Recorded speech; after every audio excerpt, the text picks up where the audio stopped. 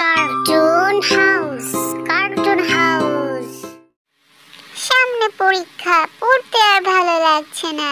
কি যে করি, মা তো টিভি দেখতেও দিচ্ছে না। কি একটা অবস্থা। আইডিয়া। কেউ দেখবে না আমাকে, লুকিয়ে ওদের কাগজ দিয়ে ঢিল ছুড়বো। খুব মজা। ছেলেটা ভীষণ দুষ্ট হয়েছে, পড়তে বসিয়ে দিয়ে গেলাম, কোথায় যেন চলে গেছে। টিভির রিমোটটাও আজকাল লুকিয়ে রাখতে হয় ওর জন্য। খুব সমস্যায় পড়েছি। হ্যাঁ হ্যাঁ, চিঙ্কি আমাকে বললো ও দুষ্ট ছেলেদের সাথে মাঠে খেলতে গেছে, ওদের সাথে খুব দুষ্টুমি করে।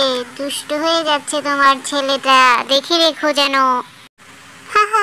সারাদিন তো পড়তে বসিয়ে রাখি, এই কারণে হয়তো বিরক্ত হয়ে চলে গেছে।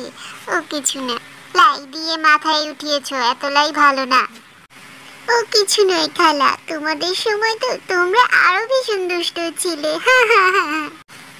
আমাদের যুগ আর এই যুগ কি এক হলো? আমাদের যুগে আমরা কত খেলাধুলা করতাম, সব ভালো ভালো।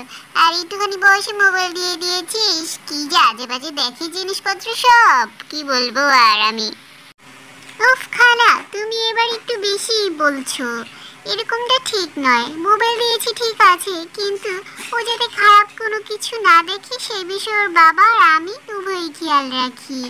আর সাধারণ জ্ঞান অনেক বাড়ে, মোবাইলে অনেক শিক্ষণীয় ভিডিও দেখা যায়, তুমি এগুলো বুঝবে না কিছু।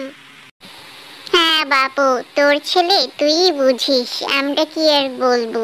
আমাদের কথা কি ভালো লাগবে? আমাদের সময় আর কেউ মনে হয় ডাক্তার ইঞ্জিনিয়ার হয়নি।